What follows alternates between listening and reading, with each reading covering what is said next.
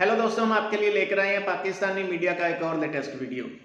दोस्तों, एक तरफ बलूचिस्तान के क्रांतिकारियों ने पाकिस्तानी फौज पर लगातार 2 या 3 दिनों तक हमले करके 14 पाकिस्तानी फौजियों को मार गिराया है, तो दूसरी तरफ बलूचिस्तान के सियासी लीडर्स भी पाकिस्तान की हुकूमत को घेर रहे हैं। बलूचिस्तान के इन सियासी लीडर्स का ये कहना है कि पाकिस्तान की हुकूमत ने आम बलोचों को दहशतगर्दों के बीच छोड़ दिया है।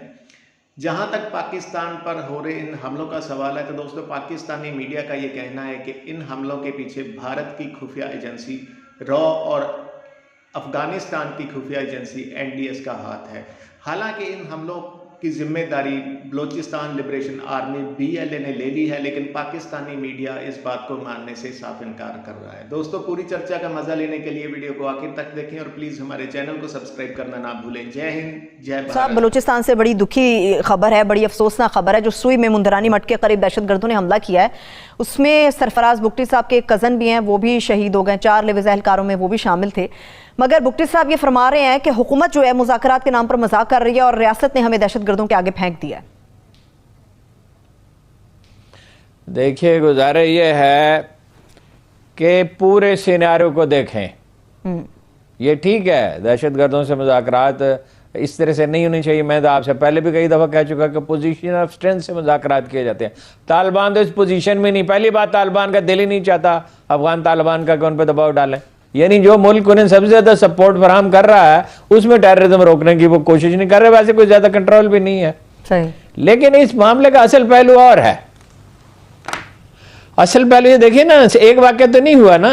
पिछले दिनों 10 सिक्योरिटी एहलकार शहीद हो गए। इस जगह पे वो का बड़ा दिलचस्प तारीखी मकाम है जिसका लोग शायरी में बड़ा जिक्र होता है। आज कोयटा में भी हुआ है, लाहौर में वाक़या हुआ जी। कोयटा में, लाहौर में वाक़या हुआ, अनारकली में वाक़या हो गया। और वाक़या अनारकली में होता है और जिम्मेदारी उसकी कबूल करती है BLA। How come? यानी लाहौर में अगर वाक़या होगा तो BLA या BRA उसकी जिम्मेदारी कबूल करती है। ये बड़ा बारीक नुक्ता है। BLA नहीं किया लाहौर का, सवाल ही पैदा नहीं होता। आप जरा सा गौर फरमाएं, ये BRA नहीं कर सकती। ये उन्हें क्रेडिट दिया जाता है, कर रही है रॉ। जुलाई में, अगस्त में, सितंबर में वहां से टेररिस्ट निकलना शुरू हुए जो बलूचिस्तान के लोग अफगानिस्तान में थे, और इंडिया जो है वो कोलैबोरेशन से और काबिल इंतजामिया की कोलैबोरेशन से रह रहे थे। वो आ गए पहाड़ों में बलूचिस्तान के। वहां से उन्होंने, यानी इसकी निगरानी तो रहा करती है, और $500 मिलियन मिनिमम वो खर्च करती है। अब गालबन ज्यादा कर रही होगी। मोदी साहब एलानिया कह चुके हैं कि बलूचिस्तान को, वो अजीत दोवल कह चुका है। हमने ये कहा था कि TTP ने जब ऐलान किया कि हमारी तरफ से सीज फायर जो है वो खत्म हो गई है, that should have been alarming moment for our security agencies. यहाँ कहा गया, इसी प्रोग्राम में कहा गया कि बी एट अलार्म नाउ, क्योंकि उनका ये कहना जो है ये कोई अच्छा शगुन नहीं है। उसके बाद मेरे बलूचिस्तान में 13 वाक़यात हो चुके हैं दहशतगर्दी के। KPK में 3 हो चुके हैं, इस्लामाबाद में 1 हो चुका है, लाहौर में 1 हो चुका है। ये हमारे साथ क्या हो रहा है? क्या हमारी स्टेट की रिट इतनी वीक हो गई है कि हम स्लीपर सेल्स तक नहीं पहुंच सकते? क्या हमारी स्टेट की जो हमारे बॉर्डर्स हैं वो इतने वल्नरेबल हो गए हैं कि लोग वहां से जंप भी करें और साथ असला भी लाएं और हमारी मिलिट्री पोस्ट पर अटैक करें? अगर आप उसकी तफसीलात पढ़ें कि वो अटैक किस नौयत का था, आप योर माइंड विल बॉगल। हमारे मुल्क की हुकूमत जवाब दे इसकी कि एक हमारे साथ क्या हो रहा है। PJ मोहित यूसुफ कहते हैं Afghan soil still being used against Pakistan. देखिए, ये बयानात ही की बात आती है। अफगान सॉइल, ये हमें बहुत पता है। Well, Balochistan soil is being used against Pakistan too. The question is, इन्होंने जो अपना एक एनालिसिस दिया है, आप वही हैं ना सारे, हम वही हैं ना, कि जब कोई इनके पीछे, टेररिस्ट के पीछे जाता है, आप इंस्टीट्यूट केसेस करते हैं जनरल मुशर्रफ पे और शौकत अजीज़ पे कि आपने जाके क्या कर दिया है। आज आप रिप्राइजल देख लो। और यार, वो जो लोग कर रहे थे दहशतगर्दी के खिलाफ, you should have continued with it. अभी आपने रिसेंटली कौमी सलामती की पॉलिसी बनाई, उसको रिलेट कर दिया कि ये इशू है पॉलिसी मेकर्स का, फौज का नहीं है। आ रहा हूं, उसी पे आ रहा हूं कि आपने पहले आपने नेशनल एक्शन प्लान बनाया, उसको अधूरा छोड़ दिया सियासतदानों ने। अच्छा, उसके बाद आपने कौमी सलामती पॉलिसी बनाई। कौमी सलामती को बताई नहीं। अच्छा, कौम को बताया नहीं है, और उसमें डाला क्या है कि हमने इकोनॉमी को सिक्योरिटी के साथ रिलेट कर दिया कि हम अपने एक्सटर्नल बॉर्डर और इंटरनल सिक्योरिटी को मैनेज करेंगे। Another time bomb. सो बात यह है कि जब बहैसियत रियासत आपने स्ट्रेटेजाइज कर लिया, उसको दरमियान में क्यों छोड़ते हो? आपने 2013-14 में नेशनल एक्शन प्लान बना के उसको देरा क्यों छोड़ दिया? आप अपनी सियासतें करें, आपको कोई नहीं रोकता, लेकिन जहां नेशनल इंटरेस्ट आ जाए, जहां कौम की सिक्योरिटी का मसला आ जाए, चाहे वो अफगानिस्तान में बेसिस को एलिमिनेट करना हो, चाहे ईरान से जो लोग मूव करके या प्लान करके पाकिस्तान के खिलाफ चल रहे हैं, हमें उनको भी पकड़ना है।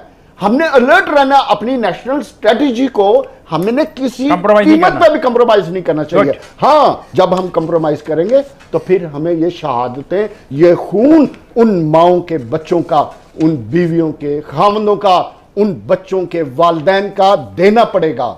ये हमारी political parties why don't they take action? That is the point.